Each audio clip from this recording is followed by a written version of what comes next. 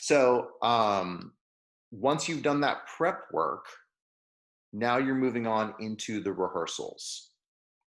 And when you've got some sort of distance scenario, and we don't really know what the future is going to look like, whether we're going to have a lot of in-person time or no in-person time or some sort of spot in between, you're not only having to work on music at a distance, but you're having to work on community at a distance. And having virtual rehearsals is a great way to build that community and to make them inspired and to make them excited. And this is going to be hugely important to the success of your project, even though it has nothing to do about the actual literature itself. So you have to create a rehearsal schedule. It's possible that by this point in time in the project, you've already developed a rehearsal schedule. And so that would be great. If you haven't, or if your current rehearsal schedule isn't working out, then send them a survey. And that way you can see these are the best times to meet. And I use Google Forms for this. And I was able to not just ask information about the survey, but I was able to get other information too that really helped inform what we were doing. So it looks like that. Just a Google form with some information broken down by voice part, broken down by time slot. And I was able to ask a lot of questions that not only helped me schedule the rehearsal, but kind of figure out other things. One of the other questions I asked was, do you have a space where you can practice? Because if you're not going to be able to practice, then you're not going to be able to record the performance. Thankfully, 70% of my kids said yes. We had to troubleshoot a little bit to get to that number, but a lot of them did say yes. And then a few of them said no, and a lot of those kids I followed up with individually. A lot of my students ended up getting permission to sit inside their family's car, inside the driveway, and do their rehearsals there because it was the only semi-quiet and peaceful place in their entire house. So I used Zoom, just like we're using right now, to do the virtual rehearsals, but you can use any number of things. Recently, Google Meet became integrated with Google Classroom. So just from your classroom list, if you're, say, your third period students are all going to have a rehearsal, you can send them a Google Meet link invitation straight from your Google Classroom for that class. It's incredibly easy and helpful. So that might be a good system for you as well. I scheduled 1 hour for each rehearsal, and that left me a little time at the beginning of the rehearsal to kind of troubleshoot people logging in and figure things out for that. And I left a little time at the end of rehearsal just to kind of say our goodbyes and follow up with questions and things like that. For us, I scheduled 2 rehearsals each week, but students were only required to go to one of those 2. Now, I actually did have some going to both because they either A, really just missed making music with each other, or B, really needed an excuse to be away from their family for an hour again that week. And for whatever purpose, it was a good therapy for them. After each rehearsal or after each week, I would pick one of the rehearsals and I would upload it to YouTube, so that if I have a really diligent student, but for whatever reason they couldn't come to either of the rehearsals that week, I didn't want to punish them. I wanted to give them an option. And so they went onto YouTube, they rehearsed just like they would be rehearsing if it were live. It's really not that different. And then they followed up with me to kind of inform me that they attended the Okay. rehearsal. So without further So ado, let's this start the rehearsal. is Take a few moments and just uh, roll your shoulders back. just a clip of one of the virtual rehearsals, And roll your shoulders forward. warming up, physical Slowly warm lift one ups, shoulder. 4. C. and then we go through during part of the rehearsal and I walk G. through repertoire. The E. virtual rehearsals, I treated them a lot like a regular rehearsal with a couple of notable differences. So I worked on techniques. Obviously, I worked on specific literacy components, specific literature. I told them in advance which songs or excerpts that I was going to cover in the rehearsal so that then they would have them ready for the rehearsal. This particular project, the rehearsals were geared for a specific virtual performance. And so we only worked on the piece for that virtual performance. And it is a less efficient format to work in, especially when you consider some technical glitches. And so the hour-long rehearsal time was not too much time to work on a single piece. And then, of course, remind them you've already sent them other things to rehearse, and so they can rehearse and prepare for that. So when you send them out the meeting link for the rehearsal, for the procedures, this is what I used. So find a place where you can rehearse, log in to Zoom with your name, keep your camera on the whole time. And using headphones can be really, really helpful. So that way there's a little less distraction on their end and they can maybe hear a little bit better. I do caution about any of the virtual rehearsal and recording and editing process. Bluetooth headphones, depending on your device, can create some problems with delay, with lag. And so Bluetooth headphones are not recommended. You can troubleshoot them if that's all the student has, but I would avoid them if possible. Here's the kicker. Now, speaking of lag, obviously you can't have a real-time musical rehearsal over Zoom because I say something or I conduct or I play, and then there's going to be a delay before the students can see it, and then they're going to sing, and there's going to be a delay for me to get it back. So there's no way to really do it in sync. So to avoid that, they treat it as a one-way conduit. So they stay muted. I conduct, I play, I sing, I demo, I explain, and they follow along. And I can watch them in the video grid and I can see, okay, all of you are engaged and you're doing things. I can monitor things like breathing and posture and vowel shape. I can do all of that visually. And in my ensemble, I would, if I were doing this in person with them visually, I would be monitoring that the same way. And then, if things get really, okay, I see there's something going on, I might walk up to that student individually. Well, I'm not going to have them unmute themselves and sing individually unless this is a very, very tiny, very, very close-knit, very confident and experienced group. So instead, I'm evaluating them entirely on site. Prior to this, they've already submitted their rehearsal recordings or their rehearsal assignments or their song tests or however you want to think about it. They've already submitted those, and I'm thinking about what they struggled with individually, what they struggled with as a group, and I'm really using that to monitor because I can't hear them during the rehearsal. It's a little strange your first time doing it, and you have to have a lot of trust with your ensemble about it. The other thing is that it helps them really kind of monitor themselves. So they stay muted the whole time. They don't leave until it ends. And then just like you guys are doing, they type questions or problems they have, and then periodically I'll stop and answer them. And then if there's specific things, I might have them respond with a thumbs up or a thumbs down, and I might just glance across the entire ensemble. One of our standard things was thumbs up, thumbs down, thumbs sideways, and that lets me know. Thumbs up means I can move on. Thumbs sideways means maybe we just need one more repetition. Thumbs down means I need to change the way I'm relaying this to people. I need to break it apart. I need to explain it differently. I need to isolate one section of it so that we can really break it down. And then people would sometimes ask and answer questions in the chat. So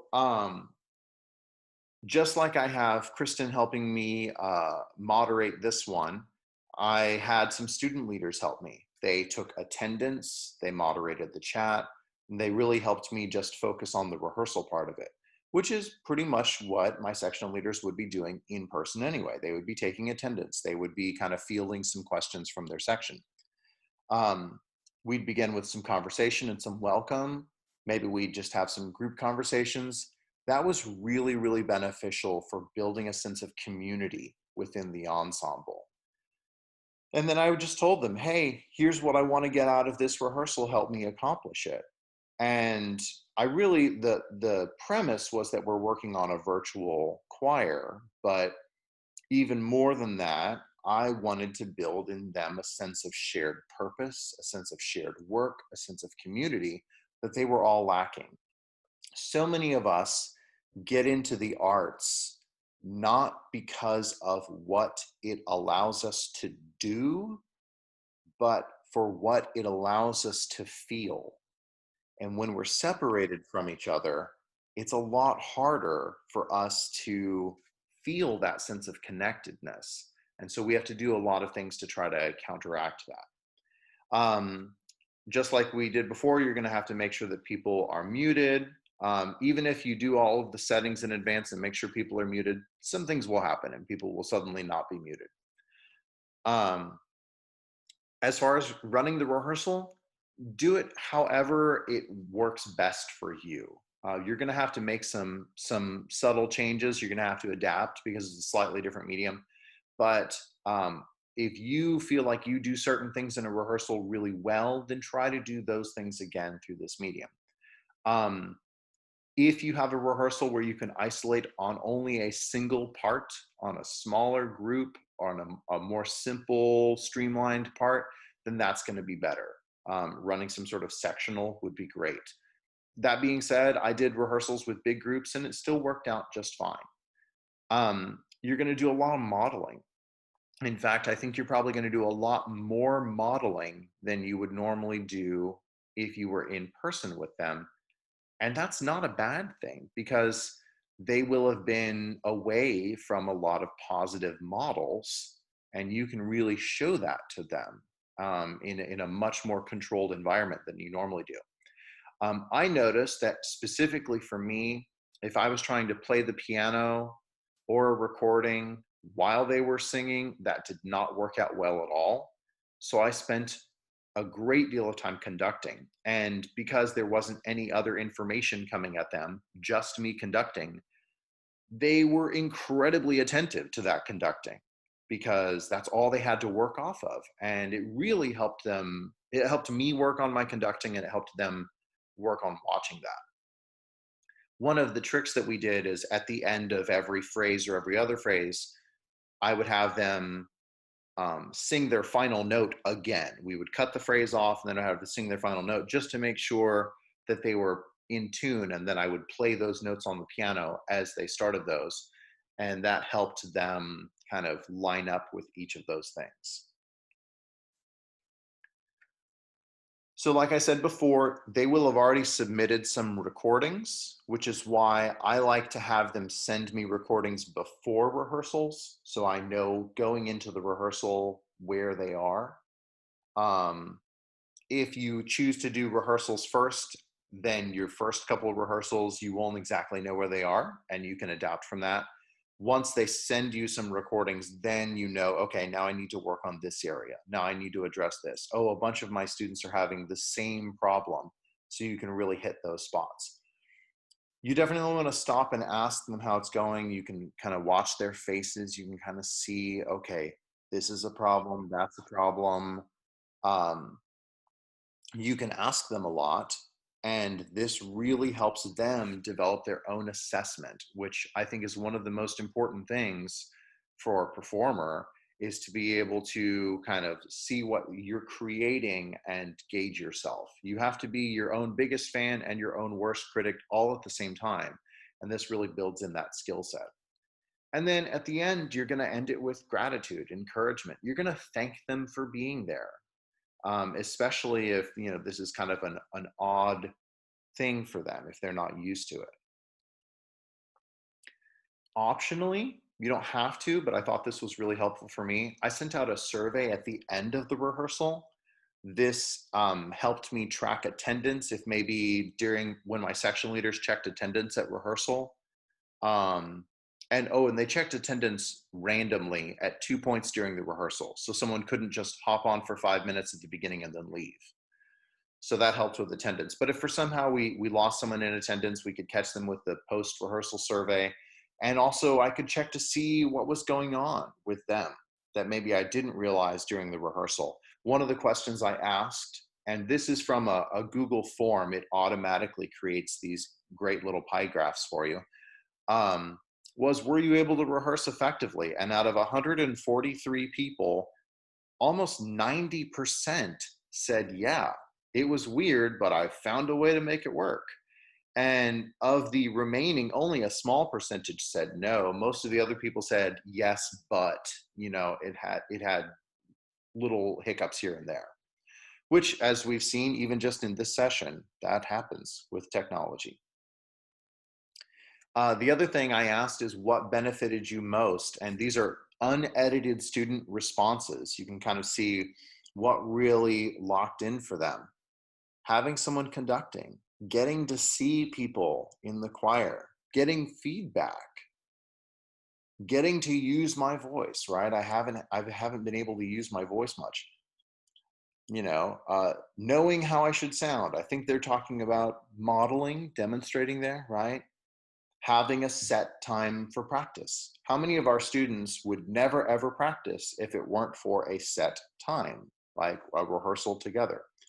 And I had to include the finger pointing thing, right? Or thingy. So, even my beginning students were like, oh, I'm actually watching. He's waving his arms and that's helping, right? For a new musician, they may not be used to really paying attention to a conductor. And then right after the finger pointing thingy, it was actually good to be able to see myself as well, because it keep me more cognizant of my vowels and posture. You'll get all kinds of responses from these. But it's giving you a lot of good information as to how they're processing it.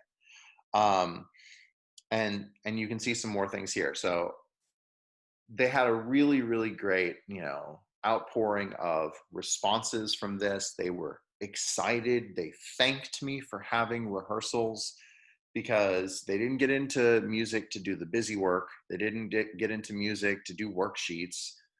They didn't even get into music to learn about theory, unless maybe they're in a theory class. They got into music to make music. And so they were very, very grateful for the chance to make music again. So if you have any questions about what we've covered so far in the chat, now is a really good time to type them in if you haven't already. And Kristen, you can kind of be looking through those questions, but type your questions in now, just about what we've done so far as the preparation and as far as the rehearsals. We're going to cover the rest of it in just a bit. But a rundown of kind of what we've covered is, you select your repertoire for your ensemble performance. You secure your synchronization rights or your mechanical rights. You send out practice resources. Then you receive feedback from them. So, you send them out a practice resource, they send you a recording of them doing it. And then you lead rehearsals to further guide and shape that. Areas that they aren't able to address on their own, or areas that are still a little bit weak. Kristen, can we pick a question or two? Do we have any that we need to answer? There was a question that came up about distribution rights. You don't have to secure distribution rights question.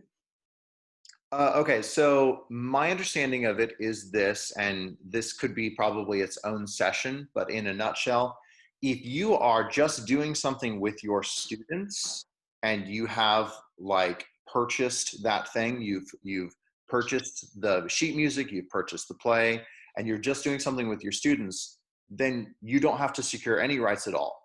But if you're going to be putting this on some sort of public forum, if you're going to be posting this online on Facebook or YouTube or somewhere for people to see, then it is definitely best practice to get the rights to that. If you choose to not get the rights, then perhaps nothing happens. Perhaps whoever owns the rights will start selling ads on your video, and those may or may not be ads that you want your students and their families to be watching. Or perhaps they pull your entire project offline and then you can no longer show it. So it's best practices if you're going to be putting in the amount of time and effort for something like this to get the rights. But that's a call that I guess you have to make on your own. Okay. We have a question. Is there a reliable site where we could find copyrights? So generally speaking, you look at whatever it is and it'll say copyright, blah, blah, blah, and it'll list the name of a person or a company.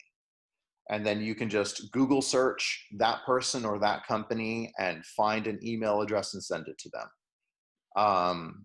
Some of them are very easy to navigate that. Some of them are considerably more difficult. It's going to just really depend.